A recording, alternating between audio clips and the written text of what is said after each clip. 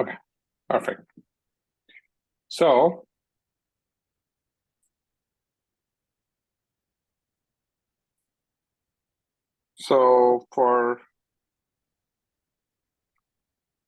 we have the discussions on this in the last class, and we talked about like how we determine the factor of safety of a slope. So to determine the factor of safety of a slope, first we try to break it down into different number of slices, right? So basically, there are two types of method to go for a slope stability analysis. Well, there is not two type of method. There are like several type of method, but most popular is two type of method, you know.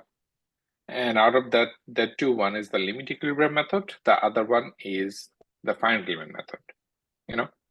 So the limit equilibrium method, most commonly used and the most popular method is the limit equilibrium method, where we break it down the slopes into a finite number of slices, and then within each of the slices we try to find out like what is the load distribution, and from there we combine it all together to calculate the factor of safety. So basically, in this case, the first and the most basic method is known as the method of slice, or the ordinary method of slice, you know. So in the ordinary method of slice, what we do is, the first thing that we try to do is like we try to break it down, and then let's say we have a slice here, which is the slice number n, right here. You know, this is our slice. So here's a blow up of that slice.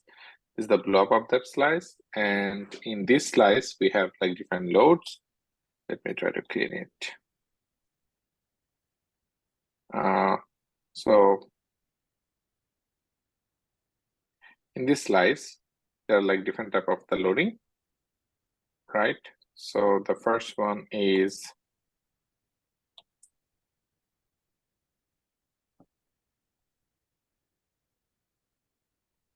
in this loading, first the slice is the Wn, which is the weight of the slice, and then we have a certain amount of reaction, you know.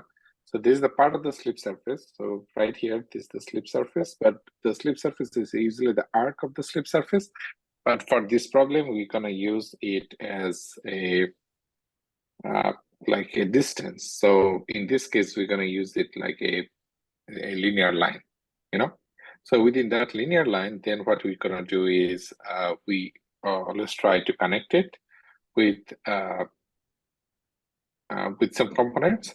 So basically, in this case, we first of all we need to know what is the angle, you know. So to determine the angle, what we have to do here is we need to draw a line with the center line. So the center line is right here, which is the center of the arc, you know, the center point of the arc. So our arc is AC.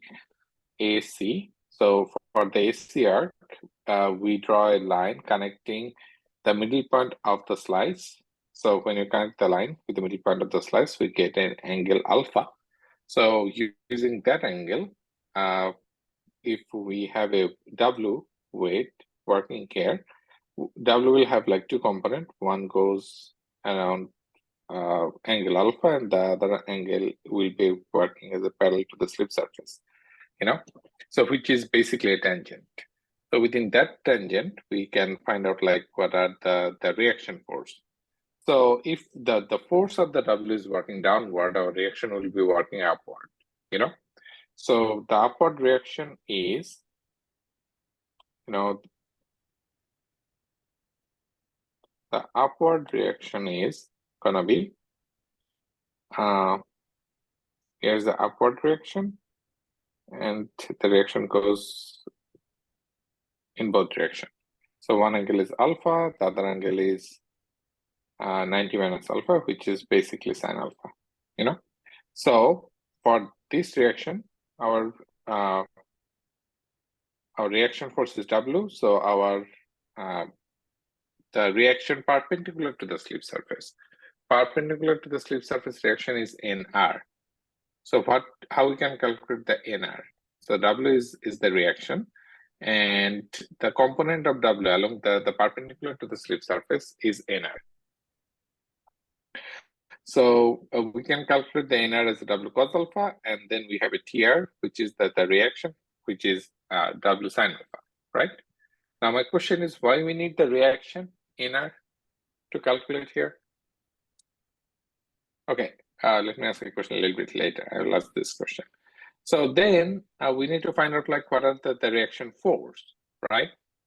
So basically from there we need to calculate our NR. So NR is W cos alpha, and then the shear force is TR, which is basically what?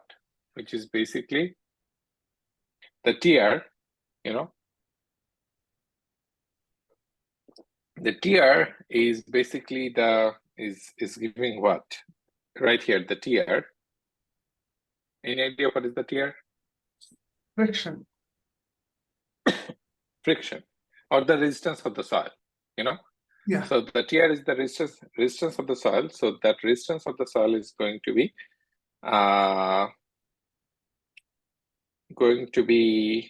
is coming from the Moore Coulomb failure criteria. So which is C plus sigma tan phi, right? So this is the stress, right? Yeah. So with this one, we need to multiply it with something to get the load, because the calculation is with the load. It's a load equilibrium, not a stress equilibrium, you know. So basically for this one, the length is LR or LN, you know. We multiply with LN, and then what is the distance perpendicular to the plane?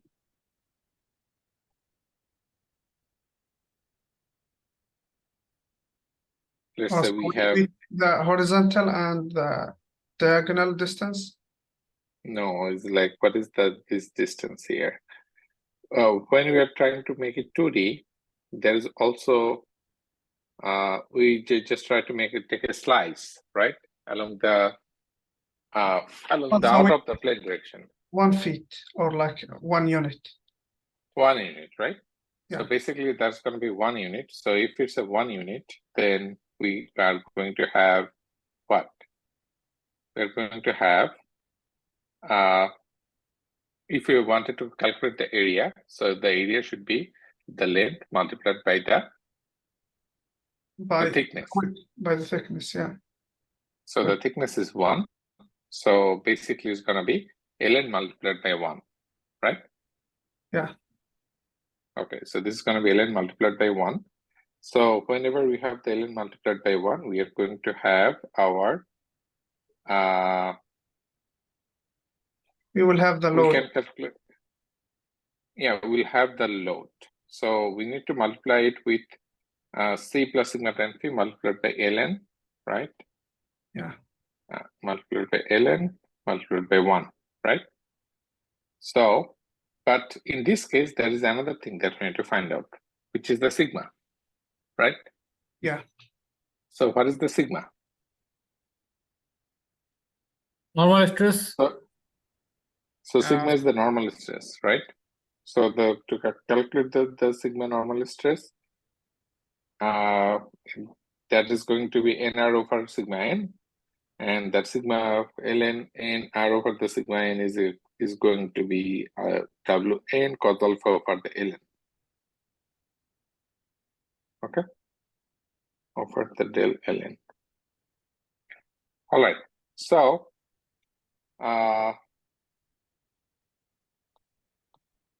so our wn cos alpha is this direction, right? So why we are not using the w?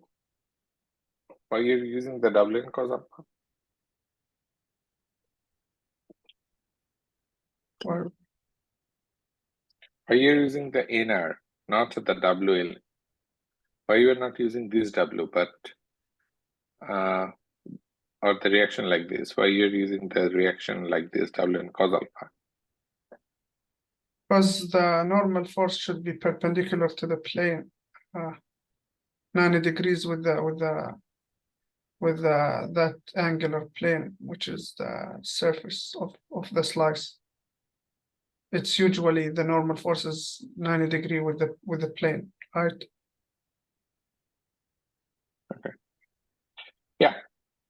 We also discussed it in the last class too. So basically, we have to find out like what is the force working perpendicular to the slip surface. So using that, we can calculate our resisting force, right? So in this case, this is our resisting force. So if this is our resisting force, then we also need to calculate what is our driving force. So the question is, what is our driving force? The weight of the soil. The weight of the soil, right? Yeah. So what is the weight of the soil here? Or is it? WN. So,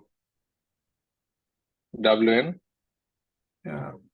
Well, if we want to convert it to that plane, like if you want to, so it should be WN sine the alpha. So right here we have the WN, right? The WN has has two components. One component goes this way, WN cos alpha, right? And then we have another angle is WN sine alpha. Now let me ask you the most trickiest question. Okay. Why the WN sine alpha is not equal to TR?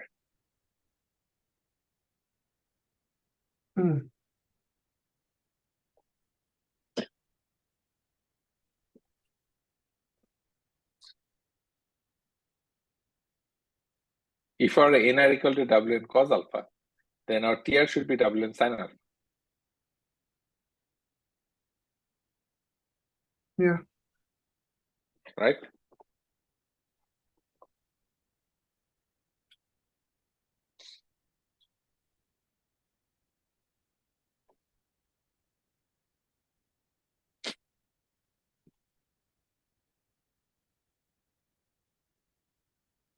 It's not moving actually. It's in the physics what we learned that it is not fixed.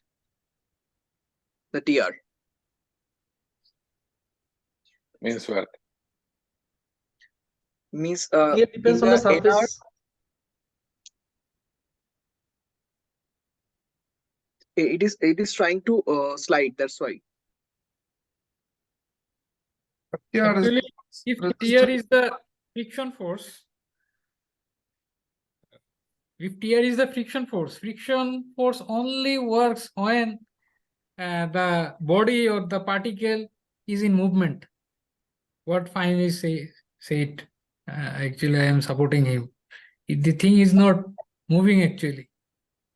So if this thing is not moving, then the TR should not have any.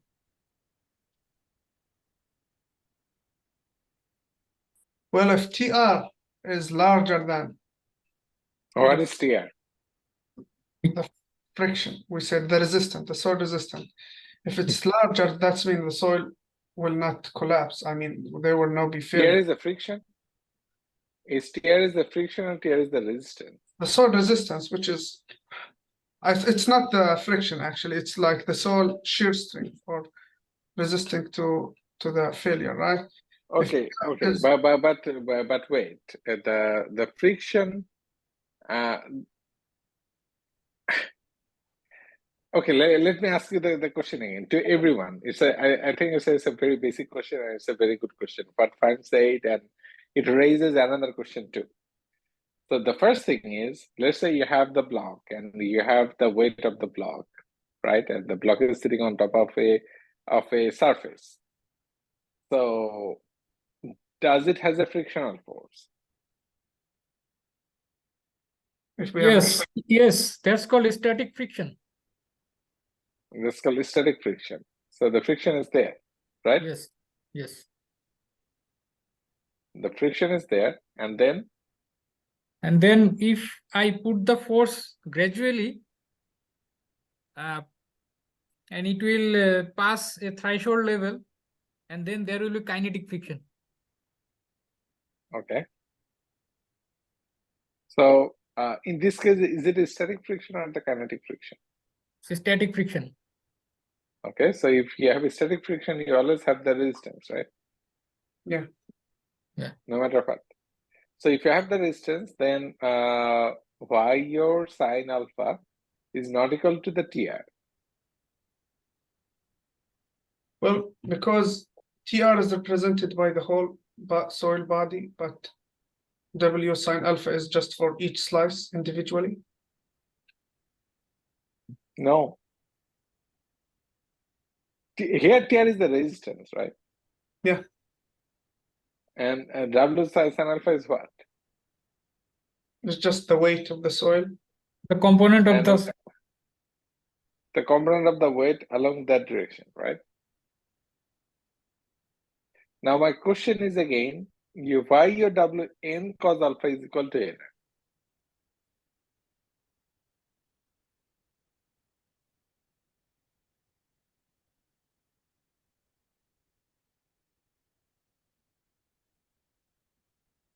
You said why Wn sine alpha is not equal to TR? It's a reaction, the normal reaction, Normal reaction works which way? perpendicular to the plane. Okay, it works perpendicular to the plane. So if it is working perpendicular to the plane, so the Wn cos alpha is equal to the NR because it's just the reaction and it comes back opposite, right? That's the Yes. reaction. So there's the force, applied force is the W cos alpha, right? W cos alpha is the applied load, and your surface is giving back the same force. That's why it becomes NR equals to W cos alpha. But basically, NR can be a different thing if you have any other criteria, right? Or maybe not. But the TR here, TR is the resistance, right? That's your resistance because it is coming as a reaction, or it's a function of the R. So now the TR is the resistance, and the answer I was expecting from everyone is basically TR and W sine alpha is equal, basically. When you have a condition with a factor of safety equal to 1, right? Those are equal conditions. So if your Wn cos alpha, Wn sin alpha is equal to the TR, your structure is barely stable, right? Impending. It's barely stable because you have no safety factor, but it's a static condition, you know? The force that is acting on it is balancing out by the resistance of the soil. So by any case, if you have an additional load, your factor of safety goes down. The soil will move. So it never remains static anymore, right? If your Wn sin alpha, Wn sin alpha is the force pushing it. TR is the one resisting it. So if the Wn and TR is equal, it's not moving, right? It's static. But in any case, Wn becomes higher, your TR will not be able to resist it and you will have a movement, right?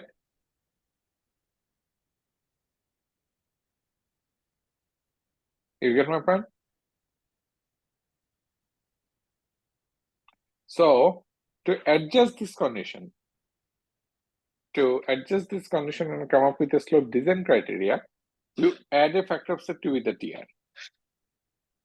That's why your Wn is not connected with the TR. You know, it's connected with a safety factor. And if you take a look at this equation, with a TR, you have a safety factor. So if your slope is stable or not, what you get here is Wn sin alpha is connected with the factor of safety, right? So one is your resisting force, which is this one.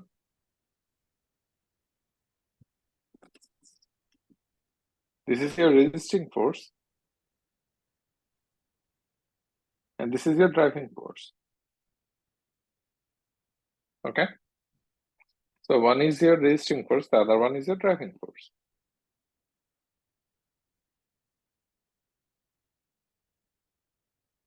And you connect both with the factor of safety. So basically, this is your driving force or enemy. And this is your resisting force or friend. Okay. So now, can you do an example problem with it? So for the example problem, what we have is like you have a given slope, and for that slope, you have to come up with a a stability analysis for that, and you can do it in Excel.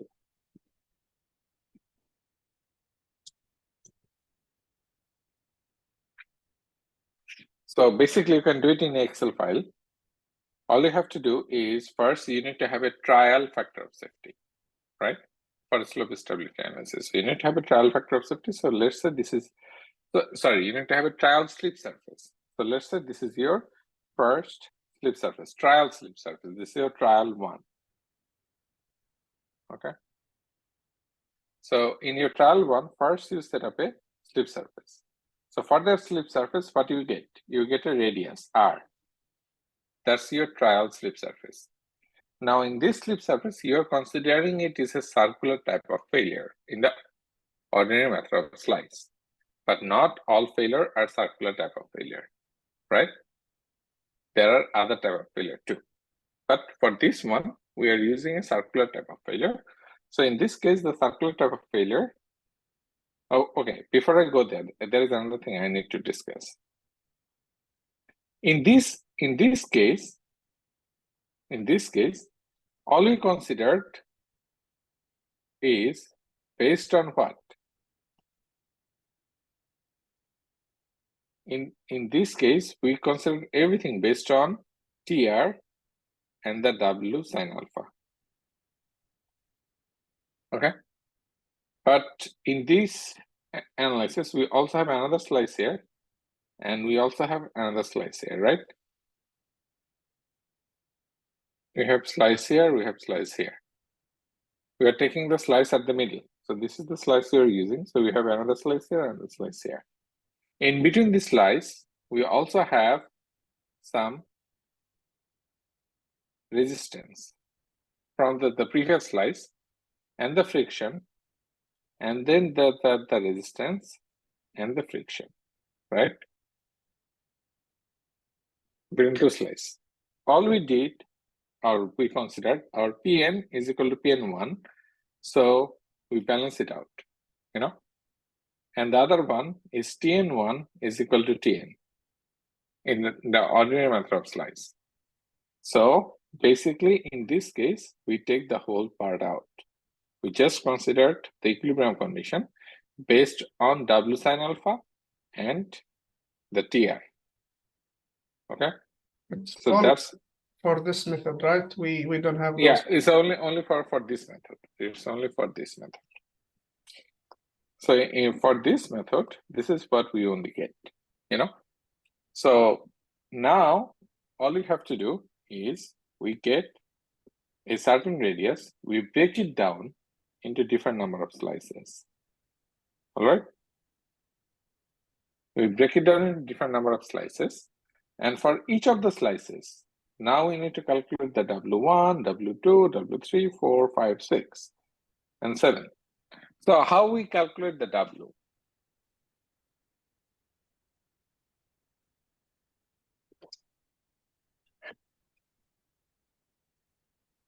We have the unit weight of the soil. Okay, So which is the gamma? Yeah, And gamma is PSF, W should be, and we have the area of each slice. how? Well, we assume that we have this slice, right? The width of the slice. How we get to the area?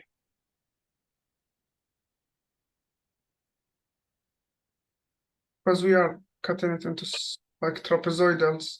So we get the, Sure, but what is the dimension of this? We need to know this dimension, we need to know this dimension, we need to know this dimension. How we know this? I mean, we should assume it, right? Whenever we cut our slices. No, Not we assume, just have it. We just have a slope, right? We just have a slope. For that slope, we just set up a point and we consider this. This is our assumption, right? Our center point is here. This is our assumption. And this is our slip surface. It's our first trial. yeah, but we choose how many slices we want, right? I mean, Yeah, and then we break it down how many slices we want, but how we get to the measurement? I mean, if you plot it to scale, you should be able to to get the measurements, right? Okay, now you're coming to the point. If you're plotted to the scale, then only then you can do it. It's Yeah. the same way as the See, flow rate. You know, if you plot it in a scale, you should be able to find it. So for these problems, you also need to plot it in a scale. Remember that, okay? And then you have to do the calculation using hand calculation. So you need to get all the numbers. What is this depth? What is this depth? And what is this depth? You know, what is this depth? You have to do all the numbers using this scale. You know, now the PDF has a measure tool, Adobe PDF or some other programs may have a measure tool. And if you want to do that, you can do that too. Using the measure tool, you can calculate the distance, you know. And then you have to use the trapezoidal formula to calculate the area. That's your step one. After you calculate the areas, then you multiply it with the gamma to get the W. Once you get the W, then you have to calculate the alpha. This alpha. How you get this alpha? from that line From the plotting. center, I mean, From the plotting. yeah. What plotting? Also, if we have, I mean, by scale, you should have an angle. If you have like those number of slices we cut, we draw those lines from that center. Oh, so Okay, we can so from the center point, you have a center point here, right? just, yeah, take the, So let's say for the slice number 3, we wanted to calculate the alpha. How do you do that? well, we go to,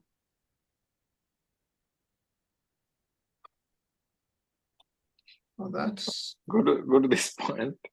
This is our slice 3, that, right? okay. So So this is the middle point of the slice 3. So you draw this line, right? You draw this line. Now, how do you get to the angle alpha? well, we take it with respect to the weight of that slice. Okay, so now you draw a vertical line here, and you draw a line connected to point O, right? How do you get to this angle? Anyone? I mean, use measurement tool. By What using is the protractor. Using protector. So I think we can use AutoCAD for that. What if you don't know AutoCAD? I don't know AutoCAD, then I need to use the, let's say, the old stuff. Okay, so the old step, because it's an old method. Well, if we have that, Measuring sine cos like that way. I think the protector is fine. All you have to do is you need to use the protector. So if you don't have a protector, buy it. And if you don't have a good scale, also buy it. Because you'll need it. Okay. So you will need your geometry box to do these problems for sure. Okay. So you get all the measurements, you get your W, you get your means you get all the lengths, you get the alphas, and then you do the problem. So basically you have all the slices, right? For each of the slices, you need to calculate the area, right? So once you calculate the area, you multiply it with alpha. Sorry, area multiplied by gamma, you get the W, right? Then you calculate all the alpha n. Then you calculate the sine and cos alpha and then ln. So the ln you also need to calculate it earlier, right? Yeah. So this is the ln. But when you need to do the calculation of the area, how you calculate the area? I mean, we should have ln plus,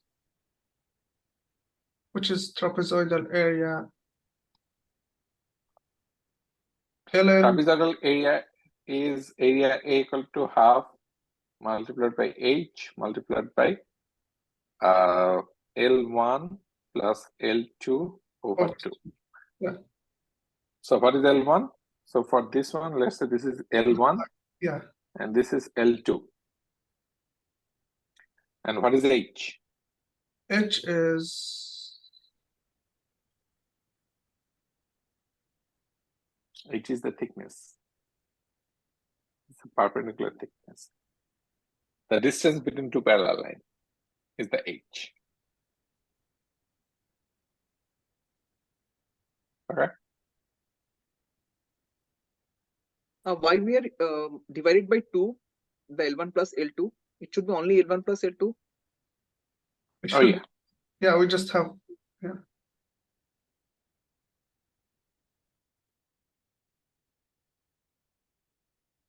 Right. yes.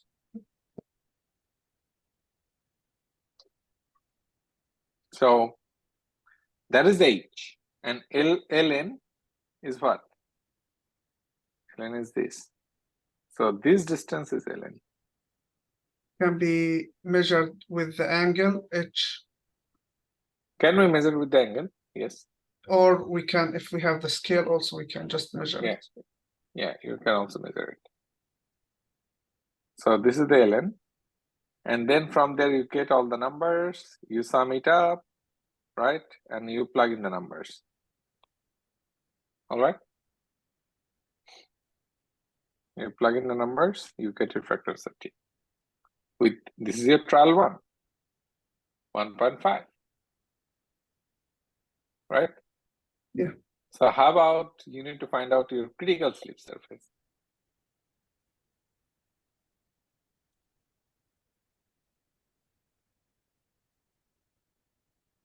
I mean, we need to keep trying, but yeah, that's like when we stop actually. So yeah, now this is your trial 1. Now how are you gonna do with the trial 2? We basically just, We can do more splices. no, more slices. Okay, so let's say this is the same slices. We change the center. If you change the center for the same slice, will it work? Is it right? No, we need to change all the lines, the angles will change. No, I get that, but is the same slip surface with a different center point will work? Yeah, why not?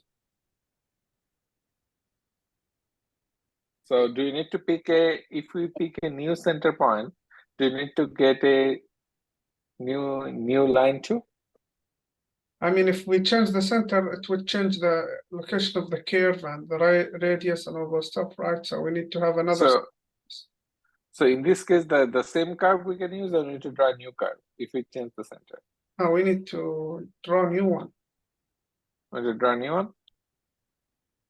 Okay, so let's say we have a new point, and then for the new point, this one is 18. So let's say that we take 17.5. Okay. So from this point, we go 17.5. We go down, and then we try to draw again, like this, right? And then we have to break it down in a certain number of slices, like this. And then we have to do all the calculation again. Let's say we get a factor of safety for this one, 1.49 factor of safety. Then how about we add another one, another one, another one, another one, another one, and so on, right? You get my point? We have to keep trying until our factor of safety is the lowest, you know? So the area where we get, or for the point where we get the lowest factor of safety is going to be our critical slip surface using a hand calculation. Well, but sometimes if, like, I mean, as far as hand calculation, yeah, probably this is where we stop. But because sometimes when we do some analysis, like you see some factors of safety less than one, just keep going, and you start getting finite surfaces, slip surfaces, right? So if Yeah, it says like, so you have to make your engineering judgment, like which surface are possible and which are not, you know? So yeah, let's say if you get a slip surface looks like this, or let's say you have a slip surface looks like this, but you get a factor of safety like factor of safety of like 0.1, but is it a slope failure? no, No, right? So you ignore that, like that. So you need to use your judgment too, how the slip surface can be and how a slope may be, right? So that is your first one. Then the slopes in layered soil. So how is going to work in a layered soil? You have layer 1, layer 2, layer 3, 3 layers, right? And how you're going to calculate the factor of safety for the layers? well, it should be the same way. Okay, sure. But As for the weight, we can calculate weight based on the 3 layers. But for the resistance, we would probably just count for the slip surface location. If it's in layer 1, we count for C1, layer 2, we count for C2, layer 3, we count for C3, right? yes, and we also have all the numbers. So we have, so our load calculation will be different, and our resistance calculation will be the different too, right? Yeah. But remember that for this one, for this layer, resistance calculation, you have to use this numbers. For this layer 5, we need to use 3. 3. Can your slip surface be in a way that you have a layer sitting on the middle, and then you have a layer sitting on the middle like this? Can you have a slip surface like that? Like, what you mean? Like this, the way I draw. Can I have my slices like this in a layered soil? I don't get the question, I'm sorry. Can I have a slice looks like this? Yeah, why not? Like this? Can we? Why not? Yeah. But I mean, for calculation simplicity, you don't want to make it like this. You just make sure that each slice in layer, right? but it's possible to have it in between two layers. Yeah. Okay, and if we get it into layers, then how we do the calculation? Well, I would assume I would take the weaker soil. Okay, So I would just, if C3 is lower than C2, I would just go with C3. Well, usually yeah, I would go with C3 because it's gonna fail into C3, right? okay, let me ask a very good question. You are giving me a great opening to ask a question. Let me write it down first, you know. So you have a C equal to 250 PSF and phi equal to 10 degree. For this is the layer 2, okay?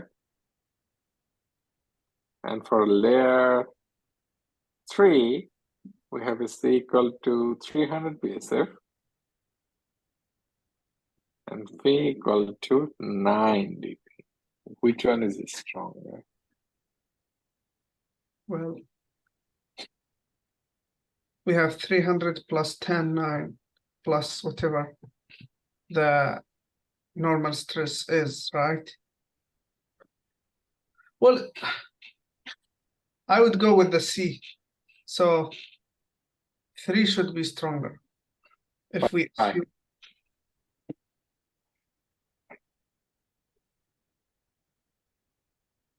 because it's more controlled by the cohesion than the friction. If we have,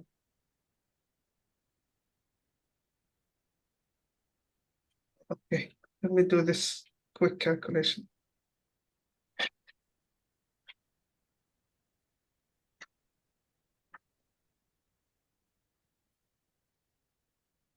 Well, okay.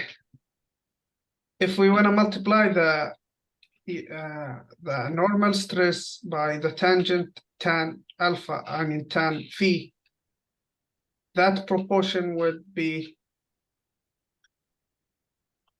it depends on unit weight, assuming we have unit weight. It's just this 1 is proportion. 250.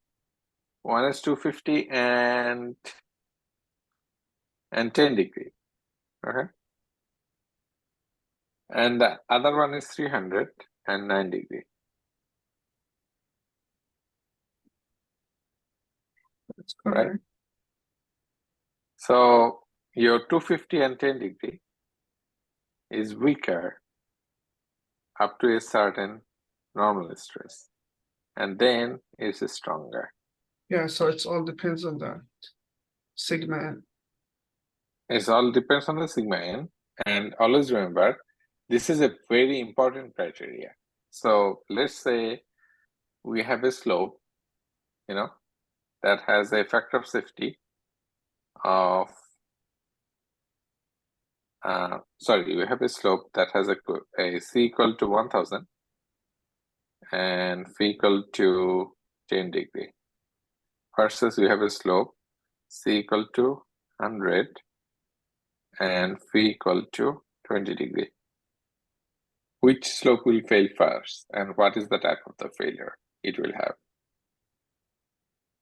Well, the 120 it should be like superficial failure. 120 will be superficial failure. The 1000 it should be like deep seated failure. Like Why?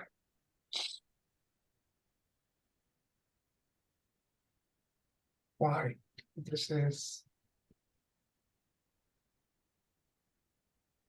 okay, because to overcome that 1000, you might have like you need a high normal stress, which is like you need deep soil to just overcome it, right? Because you have Okay, who can answer it? Who can answer it? It's the question for everyone. It's a very basic question. Think differently.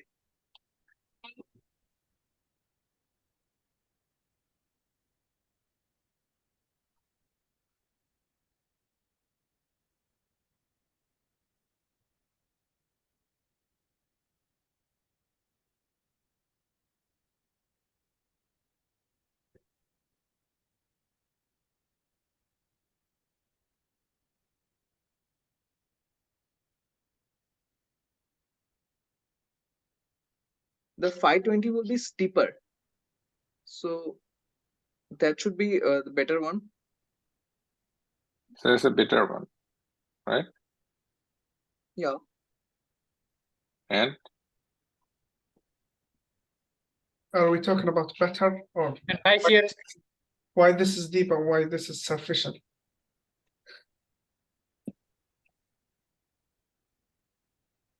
even if it's, we can decide based on that if it's a deeper or superficial.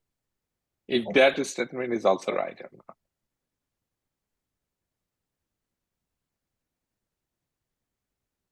Who can answer it?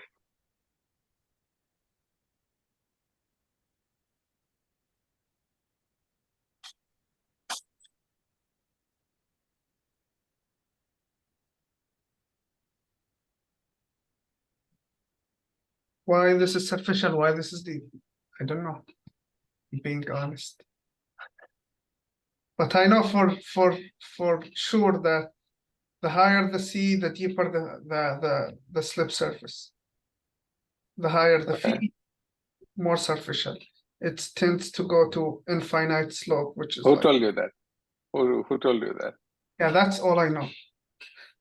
Okay, how do you know? I did a lot of slope stability problems, so I know why I actually never looked for the reason. Okay, so let me go over each of them. Gabriel, what is your answer? I want answer from everyone. I wanted to finish the class in 1 hour today. I already passed 1 hour. But anyway, it's a very important question. And very So- basic question.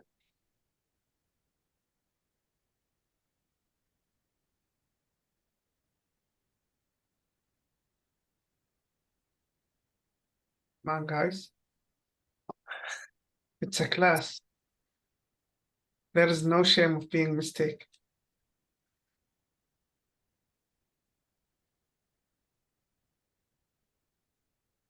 Okay, no problem. Fine. I5 As the means question is, sorry, please. Yeah, go ahead. Gabriel. Yeah. So as the question is higher, so it takes more. It can hold more pressure.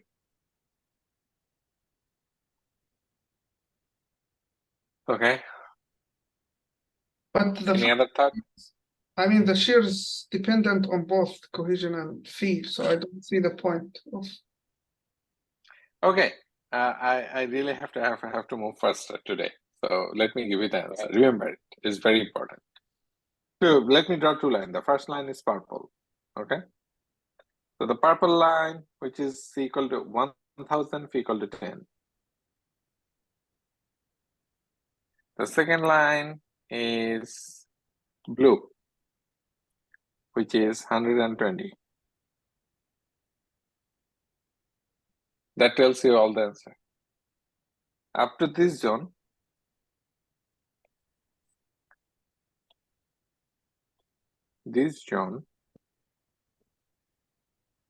the top line is stronger, right?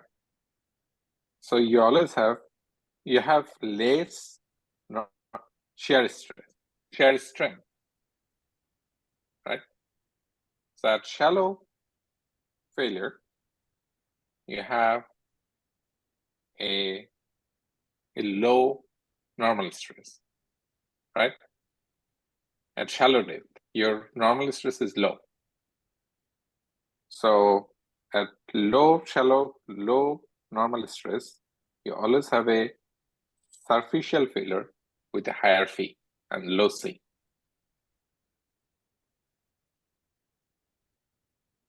Very basic. At deeper depth, your cohesion is not enough. You need more frictional resistance. If you have more frictional resistance, your resistance is higher.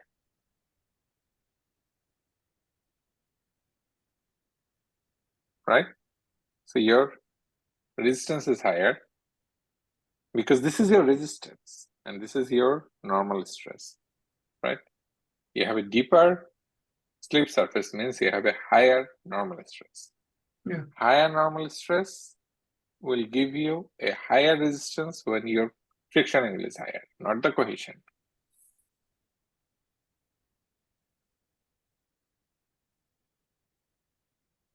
Got it? So the deeper we go, it's gets more controlled by the friction angle, right? The deeper we go, the friction angle will give you more resistance. Oh, yeah. Cohesion is a fixed number. Cohesion doesn't change. You know, cohesion is not dependent on your I mean, yeah, your it's normal stress. C plus, yeah. So it's going like whatever, like depth is higher, higher normal stress, which gives higher. It should give higher resistance from the friction part. That's why. Okay.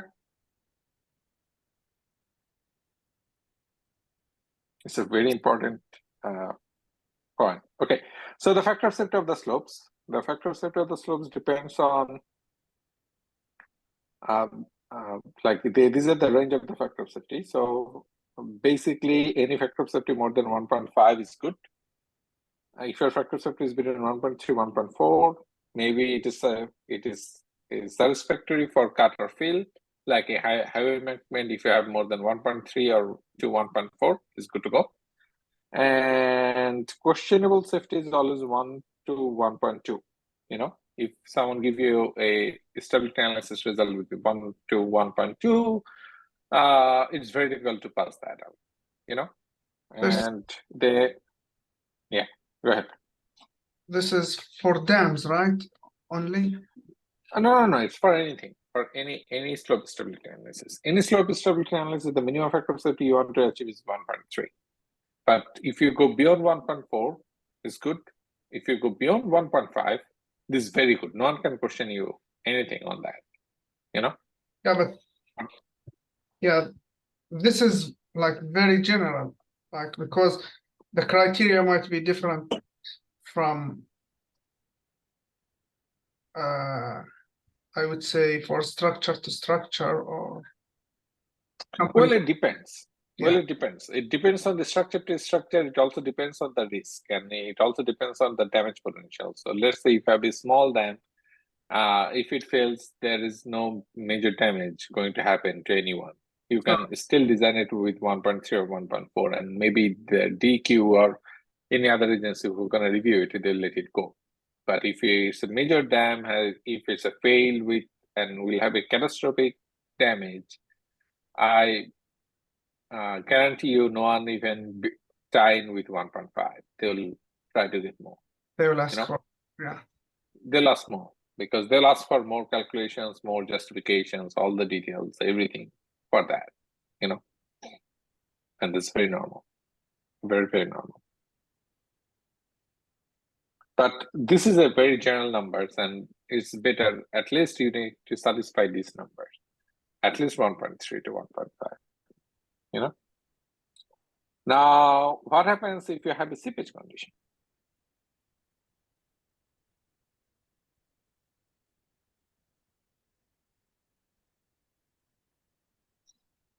Well, we will have pore water pressure that would reduce the normal stress. Right? So so basically what will happen is our weight, Be a friend. we need to calculate it in a different way.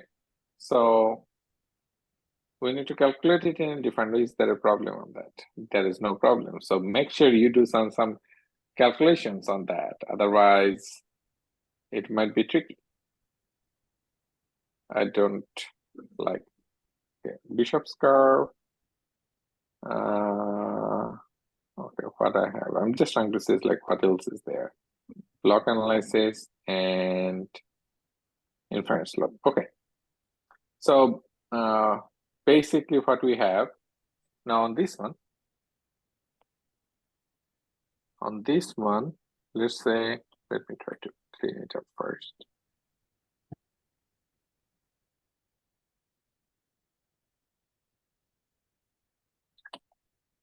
So let's say you have a slip surface. Okay. So if you have a slip surface looks like this, then what's going to happen? So on top, the sol on top will have something. What will have? It has a gamma, and then we have a gamma prime, right? This is the gamma prime and gamma 3 prime. To calculate the sigma, right? Because the sigma is sigma prime. But when we calculate the W, then we need to use what? We need to use the gamma, right? We need to use the gamma. So basically, we can, in terms of our Wn cos alpha calculation. So Wn is always connected with the gamma, which is the gamma saturated condition, you know. And whenever we have the Wn cos alpha minus u, that becomes sigma prime. So that's the water pressure. Now, how we calculate the water pressure?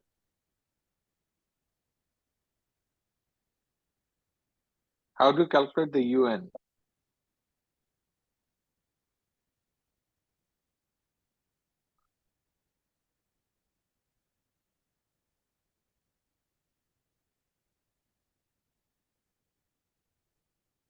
Piezometer level. Okay, let's say you have the piezometer given. So for layer 2, we have a layer given. So you calculated a H, okay? H of W, right? And then you multiply it with gamma W. All right. So, and then for layer 3, you also need to calculate the height HW layer 3, right? Multiplied by gamma W. So that is your UN, right? And for your layer 4, you need to have a gamma W 4 multiplied by gamma W4. Okay. I think for this one, I need to give you guys a homework to do the calculation, because in the final there will be several problems from this lecture, you know.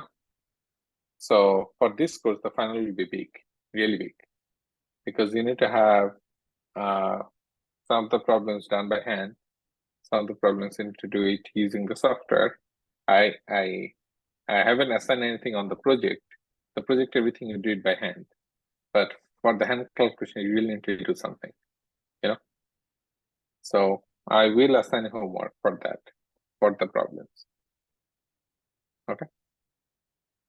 Maybe 3 or 4, maybe 3, maybe 4 problems on the slope stability. Okay. So at least you do a practice. Can we do it on for the homework Can you do what? on Excel instead of? Yeah, you can do Excel. You can do whatever the way you want to do it. That's absolutely fine with me. But you need to add a sample hand calculation. Or just one slice? Just for one slice, yes. Okay. Okay.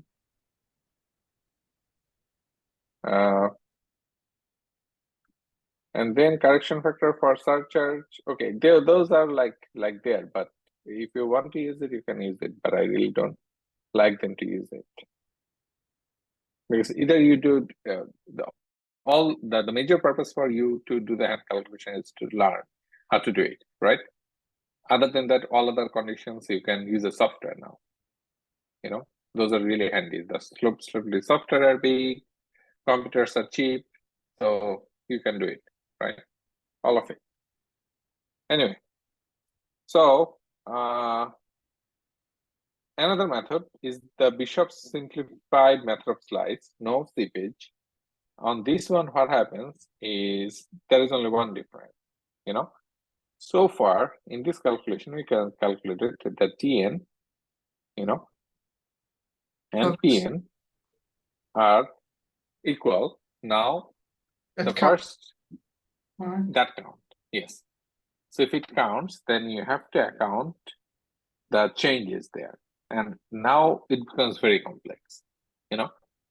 As long as you added that in your calculation, your resistance and becomes higher, you know.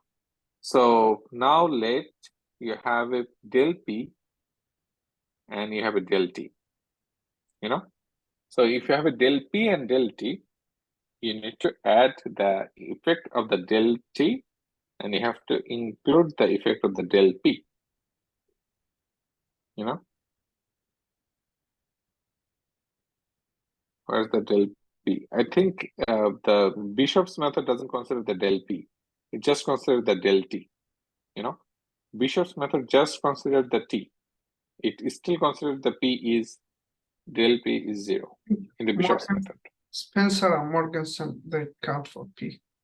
And Yeah, with Spencer and Morgenstern Press, they count for P and they also do the force equilibrium and the moment equilibrium. yeah, They just don't do only the force equilibrium.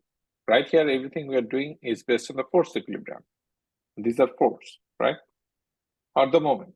This is a moment equilibrium. TR multiplied by the R, you see?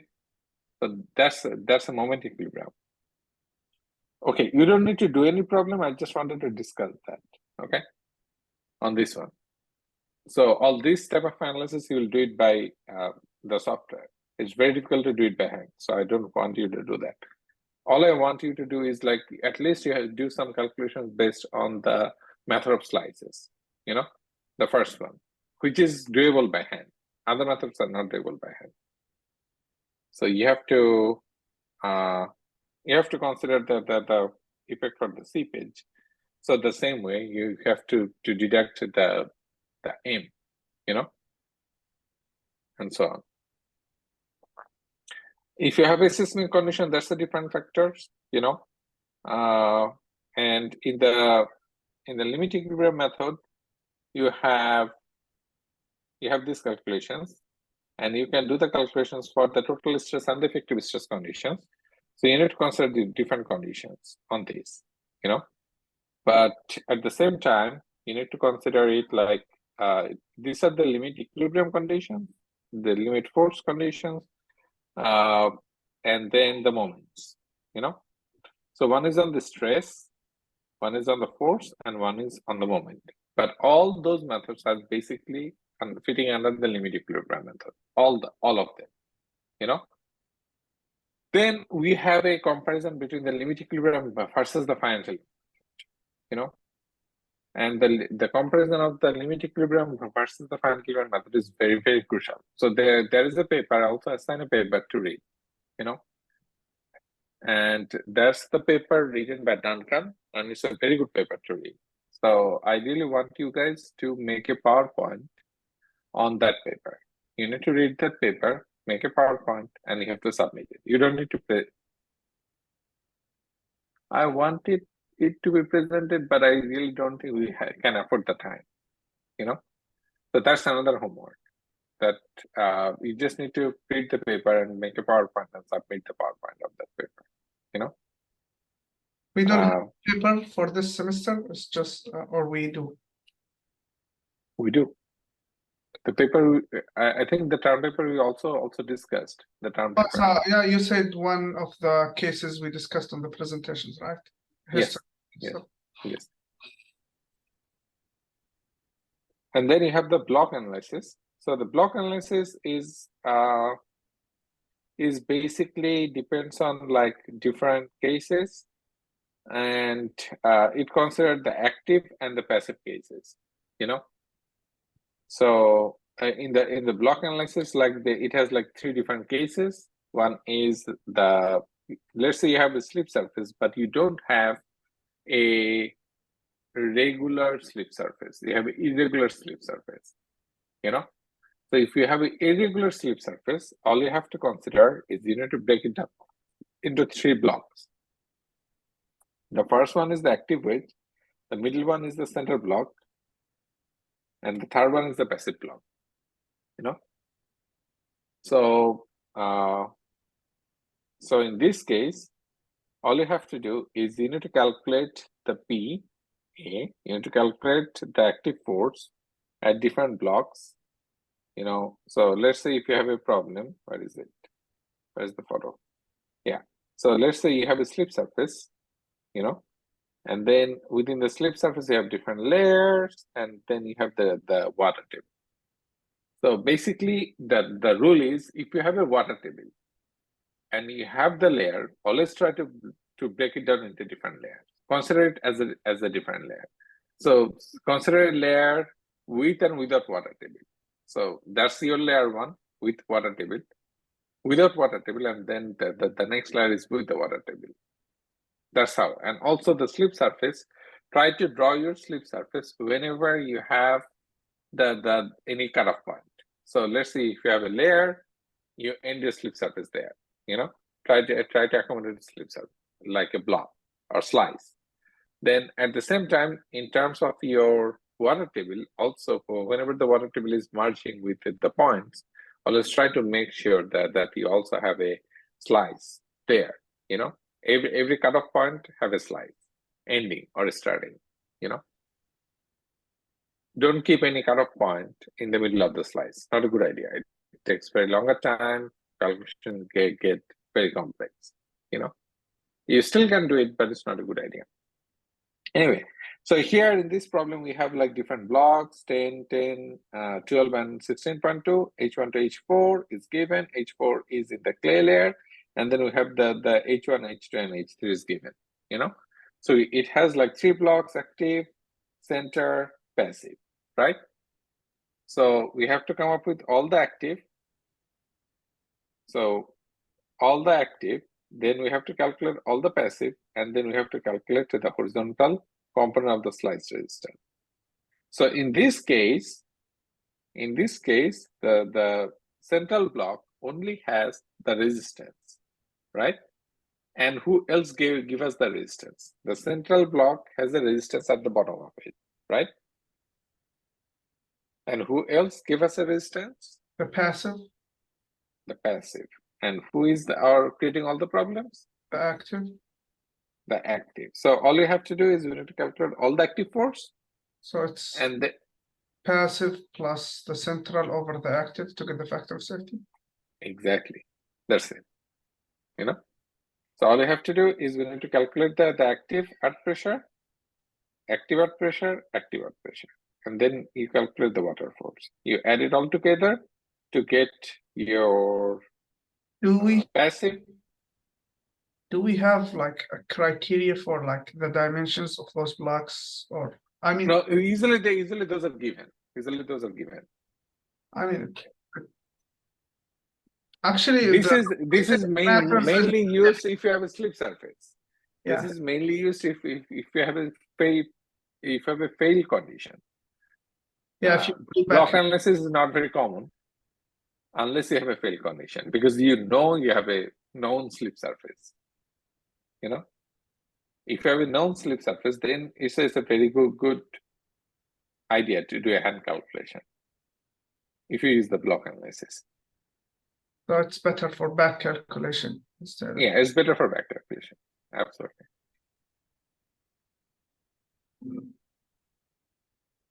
Okay. And but you need to calculate the forces, and in this problem you don't have a friction angle, but it's better to do a problem with a friction angle too, right? Well, the fill has a friction angle, but it does not have cohesion, which is H2. Or like, yeah, if you look at the fill. Which one? Yeah, it has 2 layers. It has 2 layers. One layer is the cohesion 0, friction angle given. Another layer is cohesion given, friction angle 0. So they just try to break it down into clay and sand, just to make our clay and fill, just to make the problem much easier. But that's not how the problem works every time. So if you need to do a problem, your dimensions will be given. All the dimensions will be given. So all you have to do is you just need to consider all the numbers and do a calculation. This is a fairly easy problem. All you have to do is you just need to calculate the active conditions, passive conditions, and there is not at-rest conditions. The equations they use, you can also use the same equations, tan square Ka equal to tan square 45 minus 3/2 is the same thing. And for Kp, you can use tan square Plus 45 plus 3/2. So in this case, your fees is 0. So you just have to have is Kp equal to 45, right? So K45 is 1, right? So basically your Kp value is 1. and for the CML, the middle one, what's the CM? Where? The horizontal component of sliding resistance, 0.5. Okay, Cm is a C. C is the C. Oh, okay, so the cohesion, which Yeah, is the given. So this is the cohesion. Here is the cohesion is given 600 PSF. So basically it's a Cm. Okay, so the Cm is the adhesion. It comes with the adhesion. So it's like the cohesion, but it's between two layers. So they try to factor it down. So they factored it down. So your Cm is calculated as adhesion. So here, where is the Cm? Yeah, this is the adhesion. oh yeah, weight minus the for water pressure. Yeah, it says that's the strength parameter. See, it's the weight parameter, but your weight parameter with the effective weight. But their CM, they cut it short. Yeah, this is okay. Yeah, it says it's the mobilized, yeah, which is factored. Okay. So this factor is usually 0.67 to 0.7. Okay. So to calculate the CM, Just multiply the average or like 600, which is the only one we have, by 0. yeah, 600 is like they use factor 0.7 multiplied by 600. So this should be 620, right? Yeah, 420. They have 420. 60. They use 460. So they use a little bit higher factor, 0.7. So maybe they use 0.7275. If they use 0.75, then they get like 30 more. 0.76. 0.76. 0.76. Yeah. Usually this number varies between 0.67 to 0.7. That's a better number to use. Okay.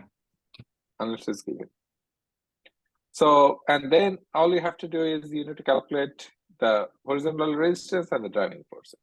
So you know your driving forces, which is the summation of the PX plus the water pressure.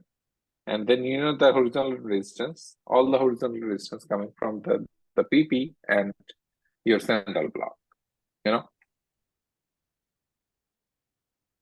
That's it. That's the problem. And then the last one is the infinite slope approach. Infinite slope approach is a very simplistic approach, very simplistic. You really don't need to do anything. In this one, all you have to do is you just need to plug in the numbers. Okay, where is it? Like this. So basically, most of the shallow slope failures, this calculation is very common. In most of the shallow slope failures, it is considered that your slip surface, let's say you have a slope, looks like this, and you have a slip surface, looks like this. So basically most of the slope failure is like a flow type of problem. And in the Yazoo clay, your most of the cases, or expansive soil, your failure type is mostly like this: shallow, kind of like a flow, everything is moving like that, you know. Most of the cases, your slip surface is perpendicular to the slip, is the top plane, you know. So in this case, you can take a block, a small block, and this block, it looks like this. Yeah, this is your slope surface, and the bottom part is your slip surface, you know. So on this one, all you have to do is you need to calculate the force polygon, and from the force polygon, you can calculate the factor of safety. It's very simple. It's like you have the W, so you get to the resistance, and you get to the normal force and the resistance, you know, and then you just come back and plug in on the numbers here. So you can get your factor of safety. So the first thing is you calculate the W, right? Once you calculate the W, you get N and T, W cos alpha and W sin alpha, right? And then you calculate your shear strength, you know, frictional strength. So you get your frictional strength based on N 10 feet, right? If it's only sand. And if you have clay, then you need to calculate it with C. You need to multiply with C. And then you calculate your factor of safety. You get my point? So you get your factor of safety. If it is a clean sand, but if you have a water table, you know, then you need to do the problem in a different way. So if you have a water table, then you need to calculate the pressure, the water pressure working there, you know. So the water pressure basically is calculated from the flow net problem, from the flow net perspective, you know. So you know that your height is h, so you need to calculate the pressure that is working on it. So what is this length? This is the H sine or Yeah, what is H cosine so this is h sine. cosine beta, right? Yeah. So if this is h cosine beta, then you also need to calculate this length.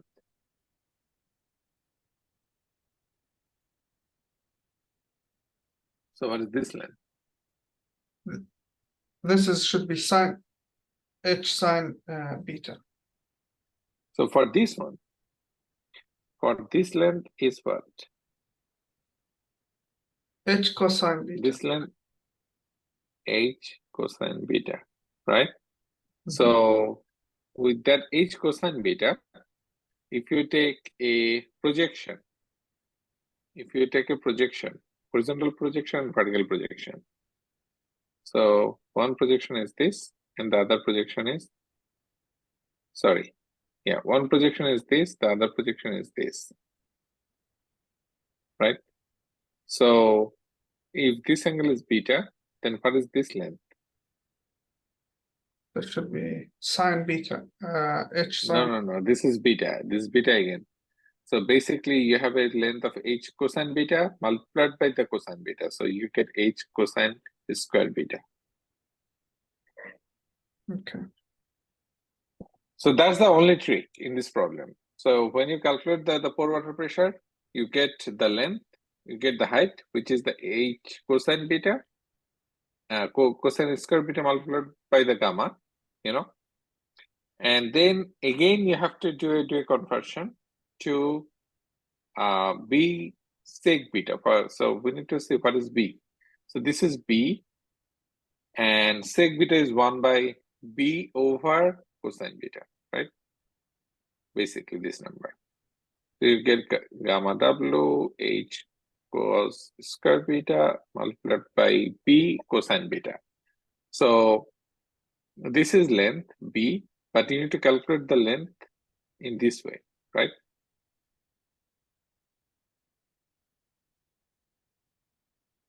So this length is B over cos beta. Okay? So this is the length you get in terms of your pore water pressure. Anyway, So you get all the numbers, you plug in the numbers, and you get your factor of safety. So you calculate the U, you know what is your N, which is your normal resistance, and then you multiply with the length of the surface. The length of the surface, this length of the surface is B sec beta, which is B over cos beta, you know. So this is the B sec beta, which is the length of that surface, you know, B sec beta. So you multiply with it and you will get the whole numbers. That's it. So you plug in the numbers, you get your factor of safety calculator. So the That's final, it. this is for finite element, right?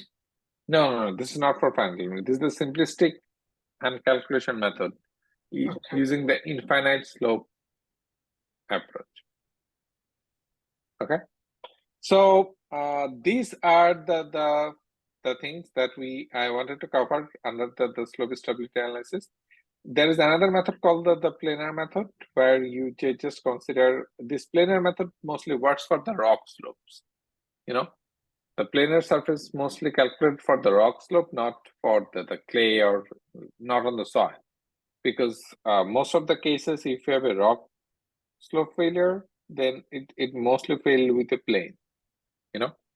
And all you have to do is you just need to consider a W. That W has a component both way. This W give you the resistance. So you just calculate your mobilized coefficient friction angle, you know, exactly same way. We just did it. We just discussed all of it many times. So basically on this one, you calculate your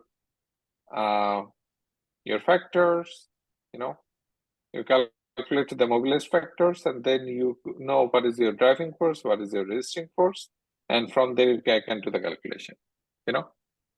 That's it, nothing else. So very simplistic approach, very simple method. And in this one, only the thing is you need to calculate the area of this triangle to calculate the W. That's the only thing that you need to do, you know. Basically, that's it. That's pretty much it for this problems. Look at the homework. Look at this problem. So we'll have I assigned several homework problems there.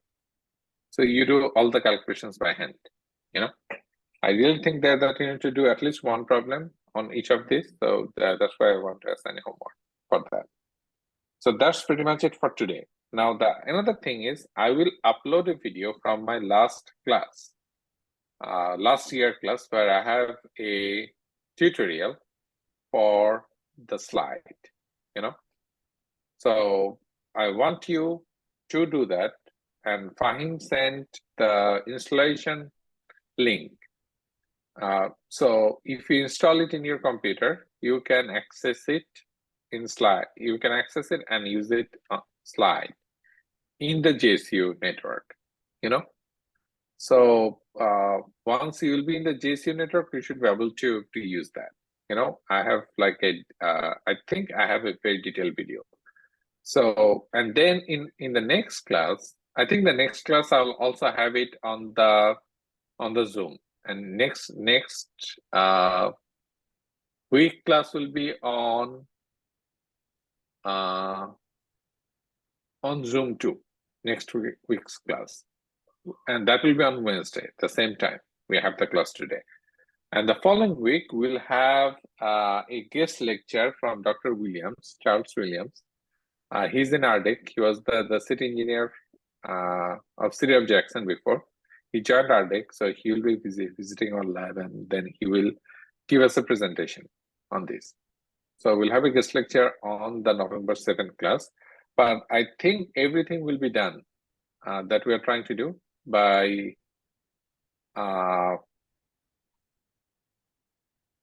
next week. So the homework that I'm going to assign, I will assign the homework will be due not by next week, but the following week. You know, so I'll allow some extra time on that. Okay. And that's pretty much it. In the next class, I'll go over all the details of the stability analysis. You know, but before that, I really want you all to go over all the other videos that I'm going to upload, and you do the problem, so we can discuss the challenges and all other things, you know. So the video covers like most of the things on the slide part. I'm gonna post the link on the Zoom. Sorry, on the Canvas. So I'm gonna post the link. All right. And please try to do it before next class. That's all. So any other question from anyone for me?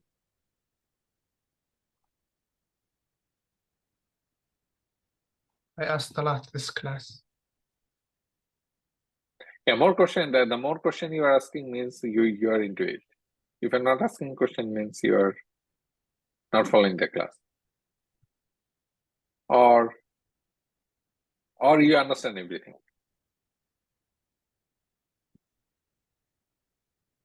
So it's better not to shy, right? It's the best time to learn while you're a student. Now you're getting it. Very good. Yeah. It's okay. So, but it's I feel like it's good to do both, you know, continuing the education and at the same time working. When you're working, you need to make some decisions. So when you're making the decisions, you have to own it, you know. So every parameter you use, you need to select your parameter. No one is coming and telling you what parameter to use. Now, And because then to justify all those calculations, because sure. it goes through a lot of review and processing. Somebody would look at it and say, hey, why you picked those, why this and this and this and this. So you need to understand the basics of this to be able to answer. Sure. And you need to answer someone who is doing it for 20 years or 30 years. So you already, you cannot fake them. So you really need to learn. And my objective is the same. You also need to learn, you know. Anyway, okay, thank you. So it's a large, I covered a lot today, you know, even though it's quick, but I really covered a lot. So you need to do the homework first to get a clear picture of all these problems. And these problems I'm gonna assign because you will need it for your comprehensive, for the final, and for your PA exam, all three, you know, all three. So this lecture notes is very important too, you know. So the homework you are going to do, keep the copy. You'll need that for sure. Okay. All right. Thank you. Thank you so much, Dr. Khan. Welcome. Bye. Thank you so Thank much. you. Thank you.